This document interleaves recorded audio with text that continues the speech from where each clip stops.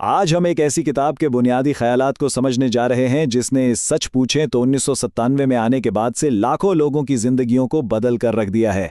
जी हाँ, ये है रिच डैड पोर डैड। तो चलिए देखते हैं कि आखिर इस किताब में ऐसी क्या खास बात है जो आज भी इतनी ही मुताल्लिका है। इस किताब की बुनियाद एक बहुत ही दिलचस्प तज़ाद पर है। किताब के मुसन्निफ रॉबर्ट कियोसाकी के पास दो वालिद थे।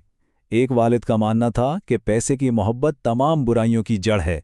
वहीं दूसरे वालिद कहते थे कि नहीं, पैसे की कमी तमाम बुराइयों की जड़ है। सोचिए, दो बिल्कुल मुख्तलिफ फ़लसफ़े, और यही इस पूरी किताब का मरकज़ है। तो आइए इन दो शख्सियात को ज़रा करीब से देखते हैं।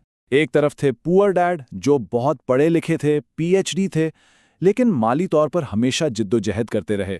और दूसरी तरफ थे रिच डैड, जो सिर्फ 8वीं जमात पास थे, लेकिन हवाई के अमीर तरीन लोगों में से एक बन गए। तो सवाल ये है कि ऐसा कैसे हुआ? इनकी सोच में एक बुनियादी फ़र्क था।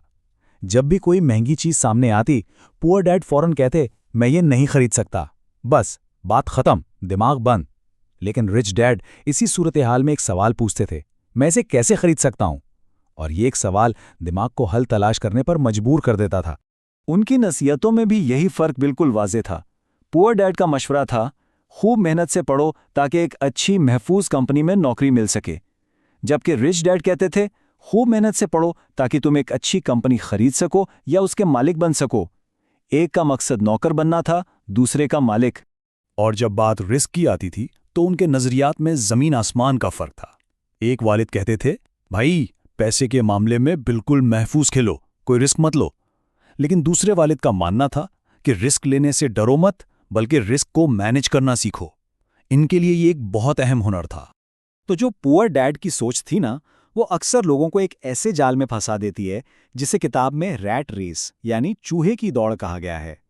चलें देखते हैं कि आखिर ये है क्या। तो ये रैट रेस है क्या? ये एक ऐसा तर्ज ज़िंदगी है जहां किसी शख्स की आमदनी उसके खर्चों और कर्जों में ही ख़त्म हो जाती है। उसे अपनी जगह पर कायम रहने के लिए मुसलसल भागना पड़ता है, बिल्कुल उस चूहे की तरह जो पहिए पर दौड़ता रहता है लेकिन कहीं पहुंचता नहीं। और ये चक्कर कुछ इस तरह चलता है, सबसे पहले एक नौकरी मिलती है, फिर तनख्वाह आती है। इस तनख्वाह से महंगी चीज़ें यानी लग्जरीज खरीदी जाती हैं, जिससे कर्ज और ईएमआई का सिलसिला शुरू हो जाता है, और फिर उसी कर्ज का खौफ मजीद काम करने पर मजबूर करता है, और ये साइकिल ये कभी ख़त्म नहीं होता। तो सवाल यह है कि इस चक्कर से निकला कैसे जाए। रिच डैड के मुताबिक इस जाल को तोड़ने का राज सिर्फ और सिर्फ एक उसूल में छुपा है, एक ऐसा उसूल जो सबसे ज्यादा अहम है।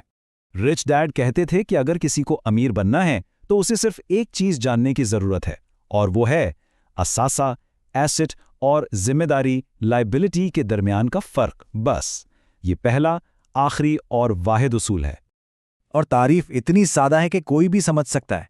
असासा वो चीज़ है जो जेब में पैसा डालती है, जबकि जिम्मेदारी वो चीज़ है जो जेब से पैसा निकालती है। बस यही सारा खेल है। चलें इसको एक ज़बरदस्त मिसाल से समझते हैं। फ़र्ज़ करें दो दोस्त हैं, सरेश और रमेश। दोनों के पास सरमायाकारी के लिए 10 लाख रुपए हैं। सरेश इन पैसों से एक चमकती हुई नई कार खरीदता है, लेकिन रमेश वो इन पैसों से ज़मीन का एक प्लॉट खरीदता है। अब देखते हैं कि अगले 15 सालों में इन दोनों के ये फैसले इन्हें कहां से कहां ले जाते हैं। सिर्फ 5 साल गुजरते हैं और कहानी में एक बड़ा मोड़ आता है। रमेश के प्लॉट की कीमत दुगनी होकर 20 लाख हो जाती है, जबकि सुरेश की कार की कीमत वो तो आधी से भी कम रह जाती है। एक लायबिलिटी जो वक्त के साथ ख़त्म हो रही है। कहानी और आगे बढ़ती है। रमेश अपना एसेट बढ़ाता रहता है। 10वीं साल तक उसकी प्रॉपर्टी की कीमत बढ़कर 50 लाख रुपए तक पहुंच जाती है। उसने अपने पैसे को काम पर लगाया हुआ है। और फिर आता है 15वां साल। रमेश अब एक करोड़पति बन चुका है, जबकि सरेश, उसके पास अब भी एक पुरानी नाकारा कार है और वो शायद अब भी माली मुश्किलात का शिकार है। यही है असासे खरीदने की असल ताकत।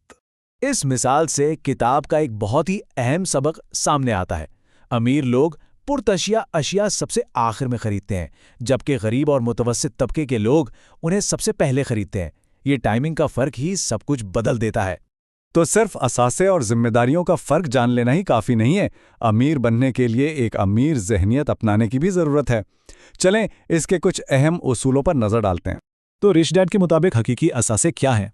उनके मुताबिक ये वो चीज़ें हैं जो खुद ब खुद जेब में पैसा लाती हैं, जैसे कि ऐसे कारोबार जिनमें खुद काम ना करना पड़े, स्टॉक्स, बॉन्ड्स, म्यूचुअल फंड्स या ऐसी रियल एस्टेट जो किराया देती हो, मतलब कोई भी ऐसी चीज़ जो आमदनी पैदा करे। पहला उसूल, सीखने के लिए काम करें, सिर्फ पैसे के लिए नहीं। खास तौर पर कैरियर के शुरू में सबसे ज़्यादा तनख्वाह के पीछे भागने के बजाय ऐसी महारतें हासिल करने पर तवज्जो देनी चाहिए जो आगे चलकर असासा बनाने में मदद करें। इस बात को समझने के लिए एक बहुत आसान सा सवाल है, मैकडॉनल्ड से बेहतर हैमबर्गर कौन बना सकता है? जवाब यह है कि तकरीबन हर कोई बना सकता है, लेकिन मैकडॉनल्ड्स एक औसत दर्जे के हैमबर्गर को बेचने के बिजनेस सिस्टम में सबसे बेहतर है। तो कामयाबी सिर्फ प्रोडक्ट बनाने में नहीं, बल्कि उसे बेचने के पूरे निज़ाम में है। दूसरा उसूल थोड़ा गहरा है। अमीर लोग पैसा ईजाद करते हैं। इसका मतलब ये नहीं कि वो नोट छापते हैं, इसका मतलब है कि वो माली मौके पैदा करना जानते हैं। मिसाल के तौर पर, जब मार्केट गिरती है और सब डर कर बेच रहे होते हैं, वो इसे कम कीमत पर असासे खरीदने का एक बेहतरीन मौका समझते हैं। और आखिर में ये सारा तज्जिया एक बुनियादी सवाल पर आके ख़त्म होता है, एक सवाल जो हर किसी को कोई भी चीज़ खरीदने से पहले खुद से पूछना चाहिए। क्या मेरी ये अगली खरीदारी मेरे आसासों के कॉलम को मजबूत कर रही है या मेरी जिम्मेदारियों के कॉलम को? इस एक सवाल का जवाब ही किसी के माली मुस्तकबिल का तयन करता है।